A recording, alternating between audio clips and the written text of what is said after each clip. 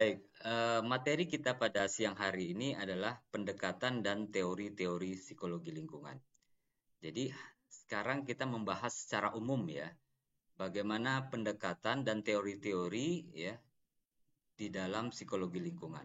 Memang tidak semua yang kita bahas ya, tetapi secara gambaran besarnya tentang teori-teori yang ada di psikologi lingkungan. Nah, apa yang akan kita pelajari pendekatannya secara umum? Jadi ada 4 pendekatan ya dan 5 teori ya yang akan kita ulas secara general ya di dalam materi kali ini. Yang pertama adalah kita bicara mengenai pendekatan.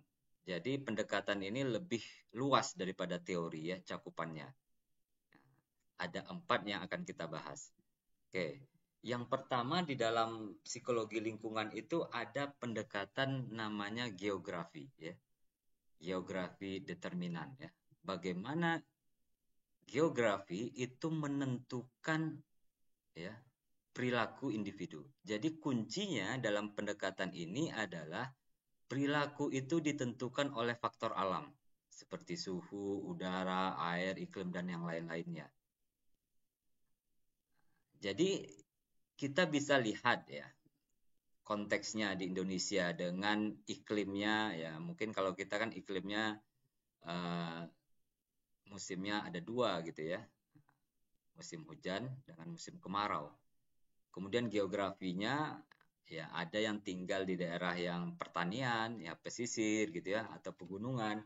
Dan itu kalau menurut perspektif ini itu sangat menentukan perilaku ya.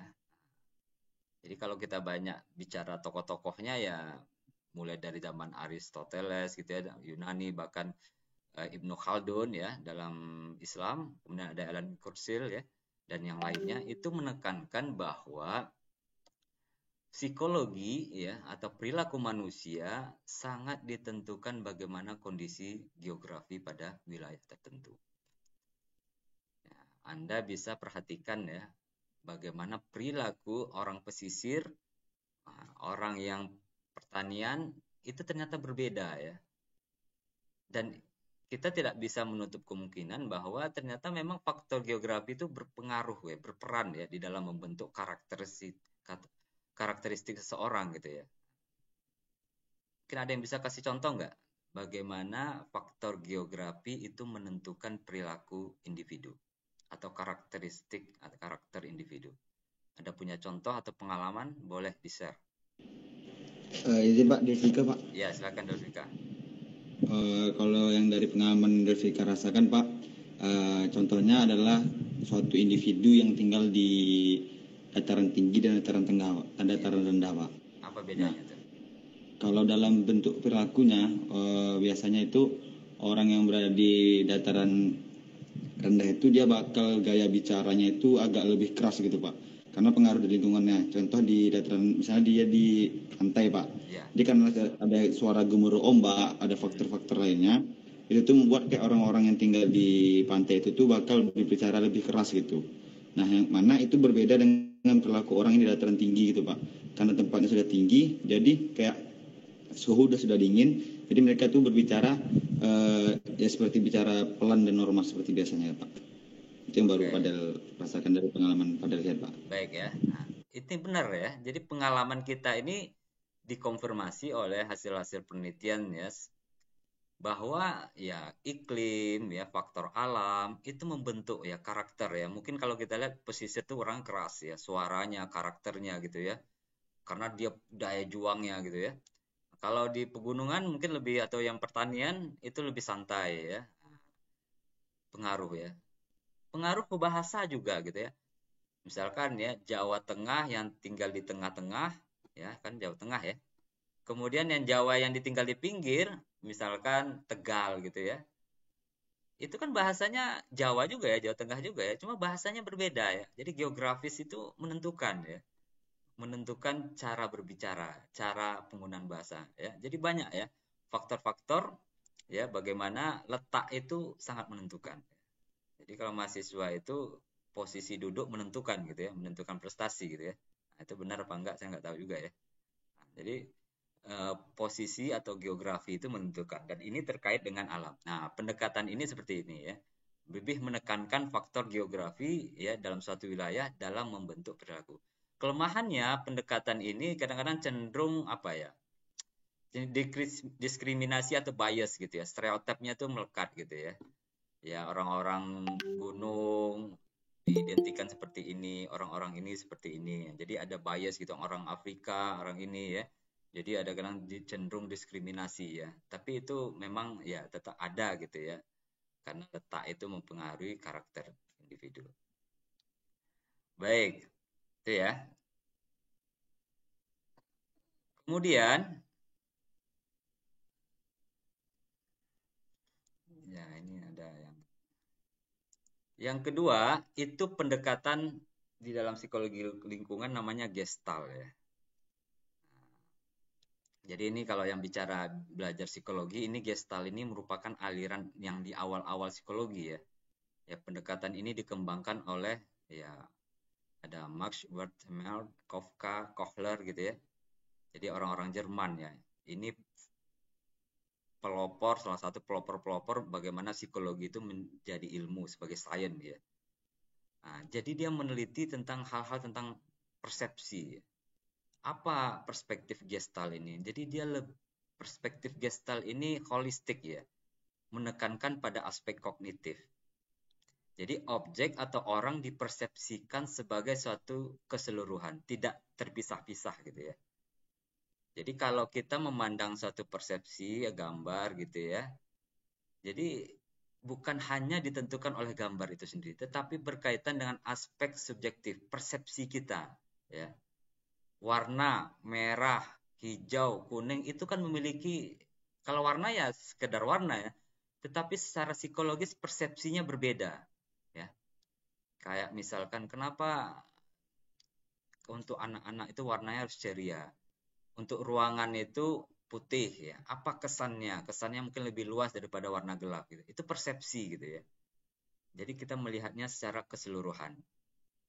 Nah, di dalam teori-teori psikologi lingkungan itu banyak digunakan ya. Ini banyak prinsip-prinsip Gestalt ya. Jadi dia melihatnya tidak terpisah gitu ya, tapi sebagai suatu kesatuan gitu ya. Contoh di gambar ini ya, ke segitiga ini ya. Ini kan gambar walaupun kayaknya terpotong oleh gambar lingkaran, tapi kita bisa kalau melihatnya secara keseluruhan ya, ini apa namanya, bisa kita dalam pikiran kita itu sebuah segitiga gitu ya, karena kita melihatnya secara global. Nah, demikian juga misalkan ini ya, dia lebih melihat kepada apa namanya gambar ini sebagai, kalau salah satu prinsip Gestalt itu ya orang ya kalau yang mirip-mirip dilihat sebagai suatu grup ya, tidak suatu yang terpisah ya. Nah, proximity ya. Nah, contohnya misalkan di gambar ini ya, di gambar ini ya kalau kita lihat ini kan gambarnya kompleks gitu ya. Kalau orang Gestalt melihatnya ya apa kesan Anda melihat gambar ini ya, yang di atas perkotaan, kemudian yang di bawah ya. Nah, walaupun yang di bawah pemandangan jembatan, tapi dia melihatnya secara keseluruhan ya. Nah, jadi kesannya yang ditangkap adalah perspektifnya global ya, umum ya, sebagai satu kesatuan ya. Nah, ini banyak kita ya ketika kita buka website gitu ya, misalkan buka hal-hal belanja gitu ya. Jadi dia menampilkan secara berurutan gitu ya. Misalkan ya produk ini, produk ini, produk ini. Jadi berkesinambungan. Itu konsep Gestalt juga gitu ya. Jadi tidak terpisah ya, melihat secara holistik. Nah, jadi banyak prinsip Gestalt ini ya yang digunakan untuk arsitek ya, untuk menjelaskan atau membuat gambar itu terkesan lebih menarik ya, secara psikologis ya. Ini pendekatan dari Gestalt. Kemudian ada juga pendekatan dari behavioristik ya. Nah, ini pendekatan ini fokusnya kepada perilaku ya. Fokusnya kepada perilaku. Jadi semua perilaku yang dipelajari itu adalah hasil dari interaksi dengan lingkungan yang disebut dengan pengkondisian ya. Jadi ada stimulus dan respon. Ya, ini ada tokohnya Albert Bandura, Pavlov, Skinner, dan yang lainnya. Jadi kalau di dalam proses belajar itu pendekatan behavioristik ini sangat terkenal. Ya. Ini sangat terkenal karena perilaku itu muncul karena proses interaksi dengan lingkungannya, ya, dan pengkondisian itu. Sehingga lahirlah perilaku-perilaku. Nah, pendekatan ini banyak juga digunakan di dalam pendekatan dalam psikologi lingkungan. Kemudian yang keempat ada namanya ekopsikologi ya. Nah, ini pendekatan ini ya dikembangkan oleh Kurt Lewin ya. Dan dengan istilahnya psychological ecology dan yang ekopsikologi oleh Gibson dan Berker ya yang mempopulerkan. Jadi ekopsikologi ini melihat bahwa manusia dan lingkungan itu bagian yang tak terpisahkan ya. Ini mirip dengan behavioristik tapi lebih kontekstual ya. Lebih ke psikologi harmonisasi gitu ya.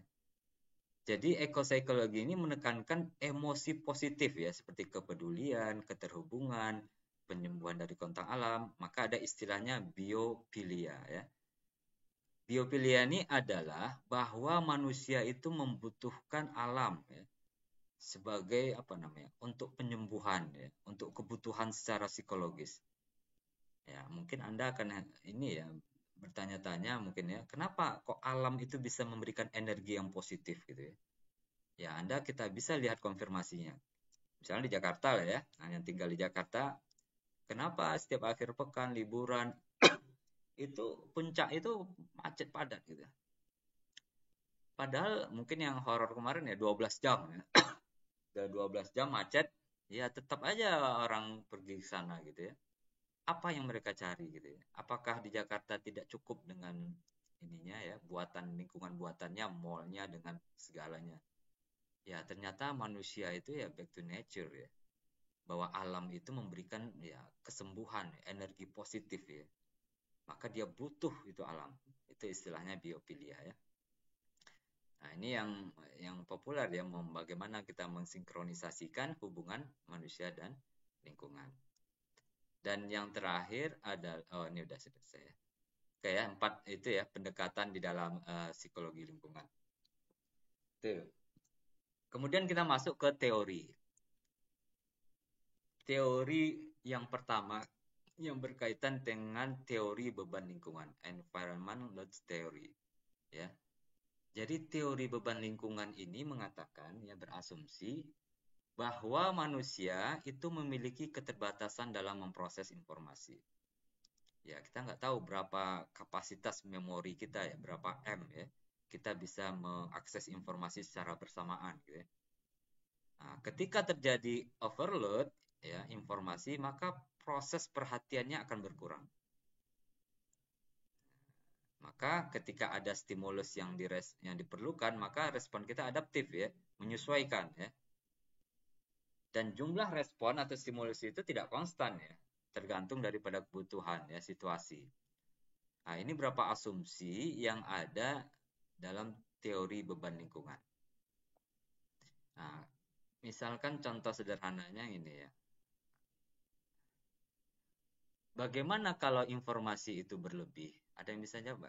Bagaimana kalau informasi yang kita terima itu berlebih? Apa dampaknya bagi kita? Apakah oke-oke saja atau gimana? Ada yang bisa kasih jawab?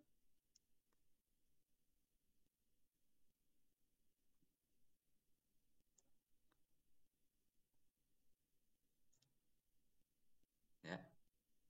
Bagaimana informasi? Ya, gimana? Kurang menangkap inti dari informasinya, Pak, jika informasinya berlebihan. Oke, contoh apanya, contoh pengalamannya gimana? Coba kalau bisa.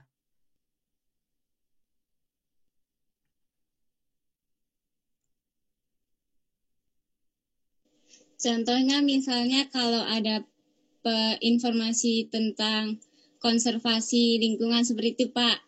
Nah, di informasi tersebut banyak dari informasi yang berlebihan, jadi tidak menangkap bagaimana caranya konservasi lingkungan. Oke, Seperti ya. itu, Pak. Baik, terima kasih. Ya, jadi informasi berlebih itu ya mungkin dalam satu situasi tertentu kita diberikan oleh mendapatkan informasi stimulus dari luar tuh banyak gitu ya. Jadi ada mungkin yang sekarang terkenal ada namanya istilah multi stacking ya. Multitasking ya Pak. Nah, ya itulah multi orang yang memiliki kemampuan ya dalam menghandle ya situasi. Ya, dengan situasi sekarang ya mungkin ada orang yang lagi kerjakan sambil dengar musik, kemudian sambil mendengarkan webinar, semua ini ya sambil mengerjakan ini ya. Itu seolah-olah aktivitasnya penuh gitu ya. Tetapi apakah itu efektif? Jadi bagaimana kita meresponnya itu ya? Ya ternyata kalau kita lihat ya, informasi berlebihan itu juga menimbulkan efek negatif. Demikian juga informasi yang terlalu sedikit gitu ya.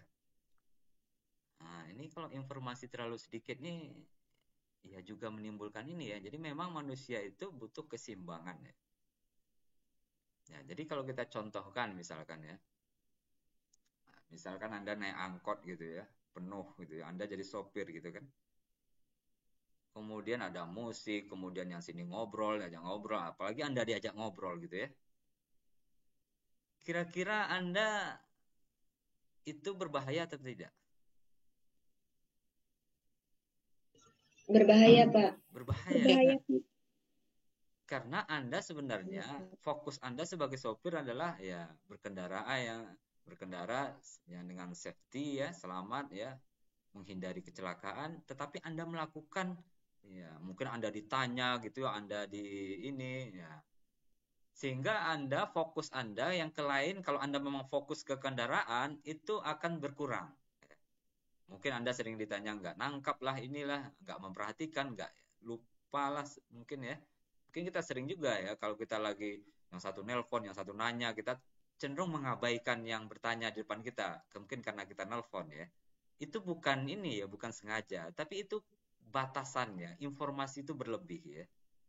Ya sehingga orang ya kalau mungkin zaman sekarang ya, orang yang fokus ke HP gitu ya, ya fokusnya kalau ini ya, kemudian dia cenderung mengabaikan lingkungan yang bukan cenderung ya, karena kemampuan manusia itu memang informasinya berlebih sehingga dia cenderung mengabaikan yang ada di sekitarnya gitu ya. Karena dia fokusnya ke HP atau apa ya. Ya itulah akibat informasi yang berlebihan ya, cenderung mengabaikan ya yang ada di sekitarnya. Demikian contoh yang ini juga ya. Nah, kalau tidak dia akan menimbulkan masalah, tertabraklah inilah ya. Nah, jadi memang batasan ya. Jadi kalau manusia batasan itu akhirnya dia adaptif mana yang dia lebih fokus gitu ya. Kemudian kalau informasi sedikit juga akan menjadi masalah juga gitu ya. Mungkin Anda pernah nyetir gitu ya. Nyetir kalau di jalan tol itu kira-kira misalnya yang baru atau apa sepi gitu ya. Itu ya lurus lagi kan. Lurusnya itu panjangnya 100 kilo gitu kan. Nah, kira-kira semangat atau ngantuk atau apa tuh ya? Ngantuk, Pak. Ngantuk kan? Ngantuk Pak.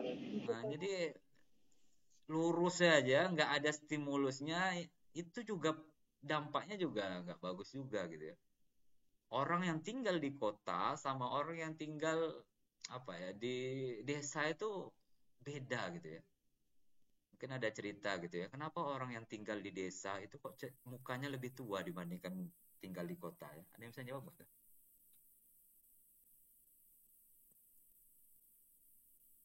Ada yang bisa jawab? Ini fakta ya.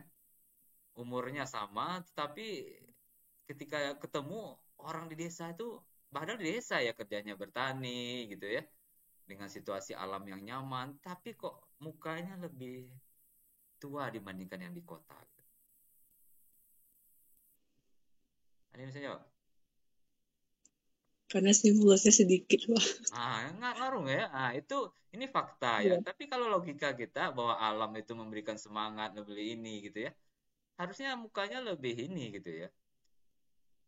Ya, ini kalau kita kaitannya di sini ya, ini mungkin bisa ini ya, apakah stimulusnya terlalu sedikit, apakah di kota itu banyak ada efek positifnya ya.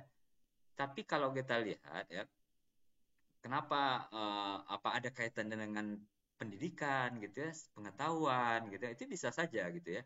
Perawatan ya bisa saja gitu ya. Lingkungan alam gitu ya. Atau cara berpikir ya.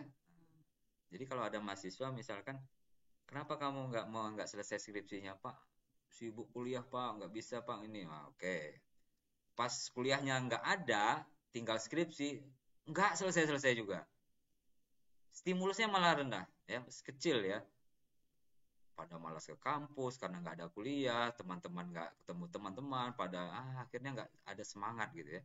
Maka kalau Anda lihat, orang-orang yang stimulusnya banyak gitu ya, itu tidak menghambat dia untuk berkarya, bahkan itu lebih orang-orang sibuk itu lebih manage ya waktunya daripada orang yang nggak sibuk ya.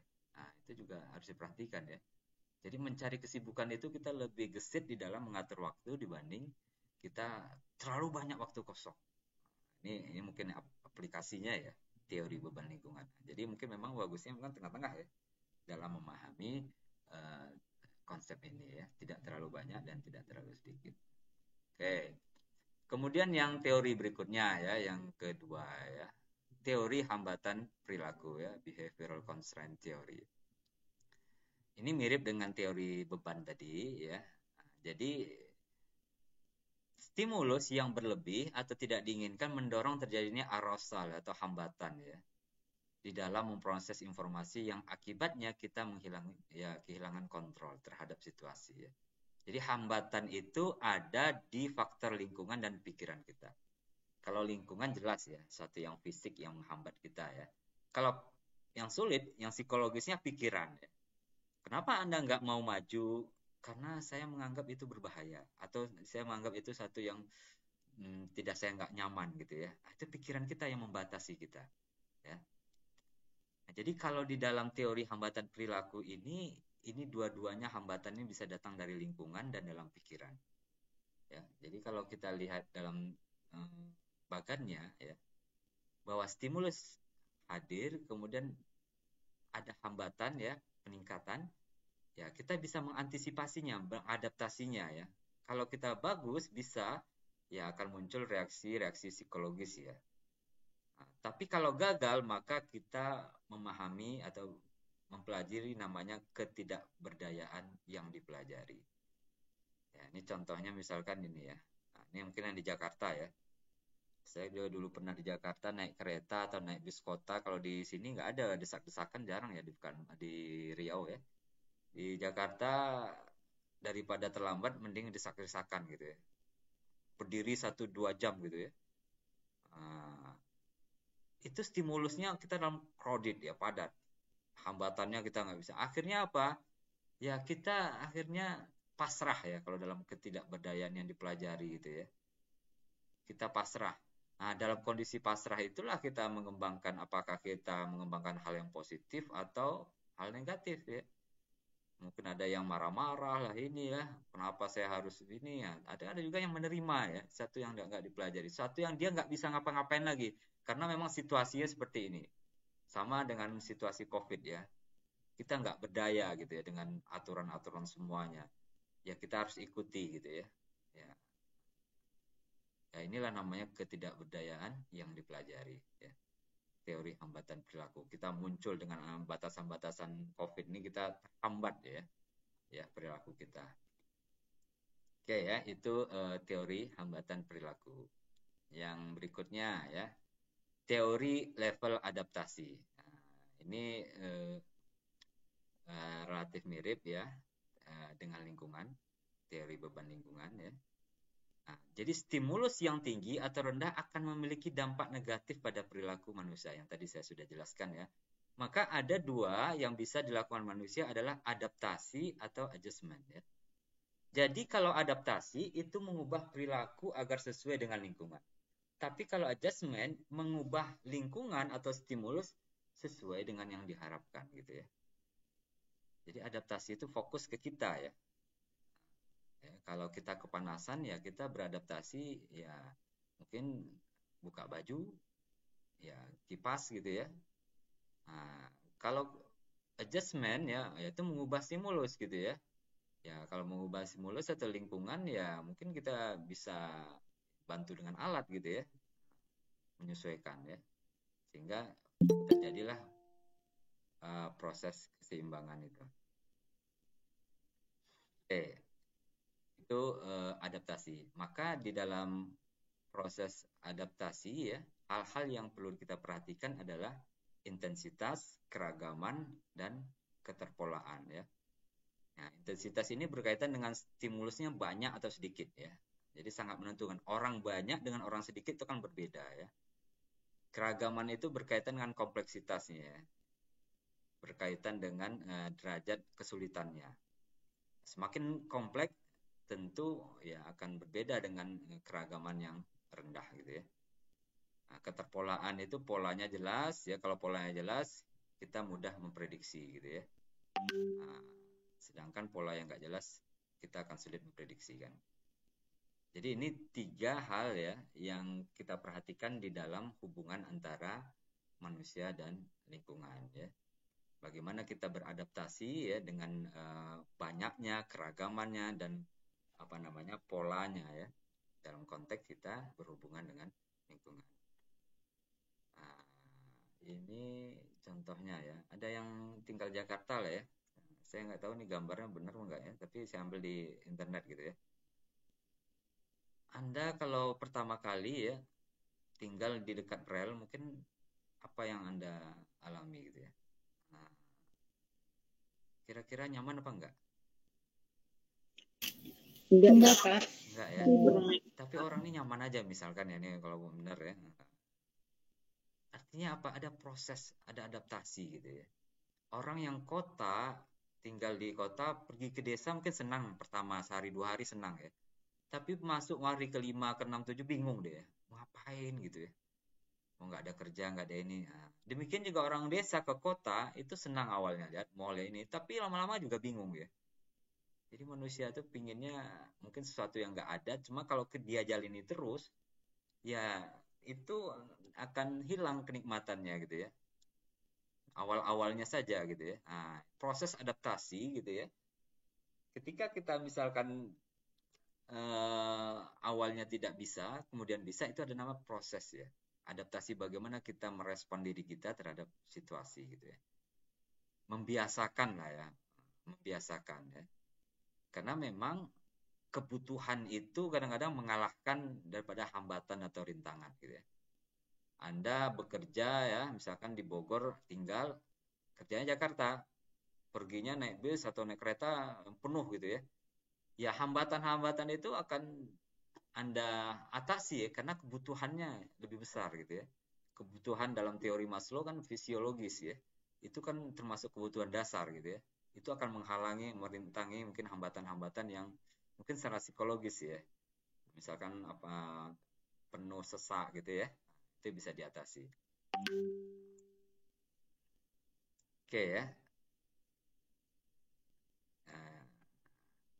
Oke, ini ada beberapa hasil penelitian dari Bu Helmi yang lama memang ya.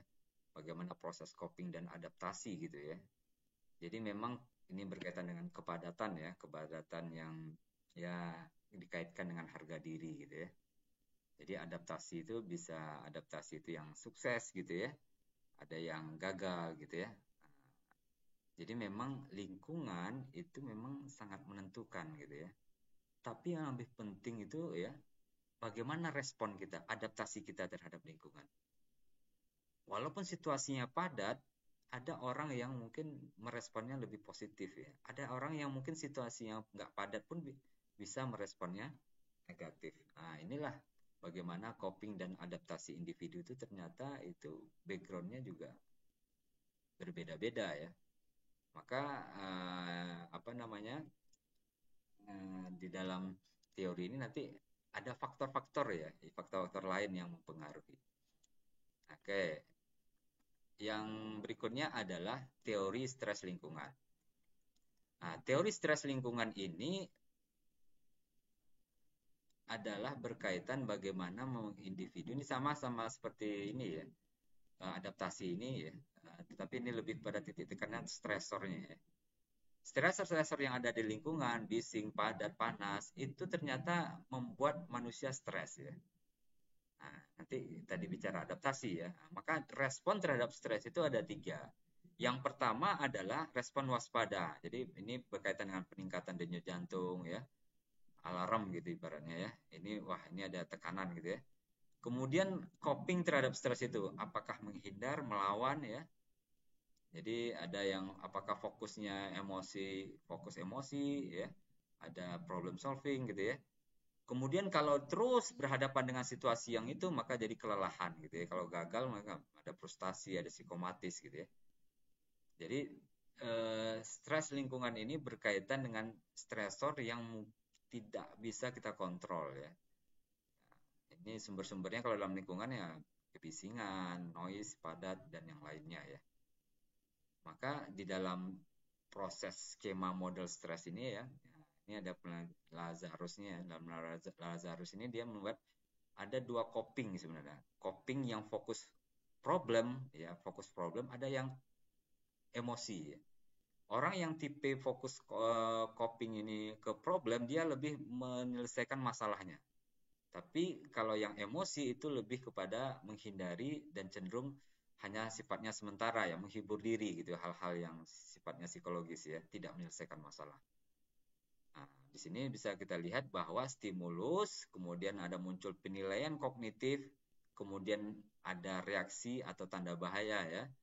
Nah, kemudian ada di sini resistennya dan bisa sukses dan gagal ya. Jadi memang di dalam stres itu penting ya. Jadi tadi sama tadi ya, yang teori beban itu ya. Beban ini mirip ya. Artinya apa? Stres itu diperlukan untuk meningkatkan kinerja ya. Kalau Anda pingin lari kencang, itu butuh lawan tanding kan ya. Itu stres tuh. Nah, kalau Anda dikejar anjing atau lari sendiri lebih kencang mana kira-kira? Dikejar anjing, Pak. Nah, kejar anjing kan itu kan stres, tekanan gitu ya. Jadi butuh tekanan setiap individu tuh untuk mengepus ya. Apalagi fase-fase kayak gini kita ya. Santai ya. Perlu dorongan, perlu ini ya, biar kita mau gitu ya. Karena memang orang manusia itu kan sifatnya lupa gitu ya. Terlena gitu ya. Maka butuh stres, tekanan. Tapi kalau berlebihan, maka akan ya distres ya, akan efeknya dengan negatif. Akan efeknya kelelahan, psikomatis gitu ya, terlalu berlebihan gitu ya. Nah, ya. Dan yang terakhir teorinya adalah teori ekologi ya. Ini membangun keserasian antara manusia dan lingkungan ya. Jadi lingkungan itu dirancang untuk menghasilkan perilaku tertentu. Ya, ini teorinya Berker ya, setting perilaku bawah kelompok itu yang terjadi akibat kondisi lingkungan. Lingkungan di rumah ibadah dengan di mall berbeda ya. Jadi secara tidak langsung lingkungan itu membentuk perilaku ya. Ada norma-normanya yang melekat pada lingkungan ya. Nah, jadi memang tidak bisa ya di dalam teori-teori ini ya semuanya memang saling berkaitan ya.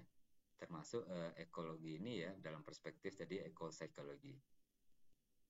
Oke, terakhir ya. Ya, ini model interaksi manusia saya ambil dari punyanya Bu Helmi juga. Jadi bahwa stimulus ya, variabel-variabel yang ada di sekitar kita, psikal variabel ada kebisingan, polusi ya, ini variabel psikologi lingkungan ya. Itu ya akan mempengaruhi ya person variabel, adaptasi, personality, ya, sosial, hubungan gitu ya. Nah, di sini ada namanya itu moderator variabel ya, perantara ya, media, kemudian masuk ke mediator ya. Mediator itu yang menengahi ya. Ada kognisi, ada afeksi ya, sikap kita gitu ya. Kemudian kita melakukan evaluasi. Nah, baru muncullah perilaku ya. Apakah normal behavior atau effective behavior atau ineffective atau dysfunction gitu ya. Jadi semua yang ada di lingkungan kita ini ternyata punya alur yang panjang ya sebelum sampai ke perilaku. Mulai dari stimulus lingkungan, ada moderator ya memperantarainya, kemudian ada mediator, kemudian ada evaluasi baru muncul perilaku. Nah, inilah alurnya ya model interaksi manusia dan lingkungan. Baik, mungkin itu saja yang bisa saya sampaikan ya. Sudah diperhatikan tadi ya. Baik, silahkan kalau ada yang mau ditanya sebelum Bu Rika, mungkin ada yang mau ditambahkan, boleh. Belum dulu Pak Ivan, mungkin kalau mahasiswa ada yang mau bertanya silakan. Ya, silakan. Pak Siti izin bertanya Pak sedikit. Ya. Nah jadi gini Pak, ada sebuah sebuah ilustrasi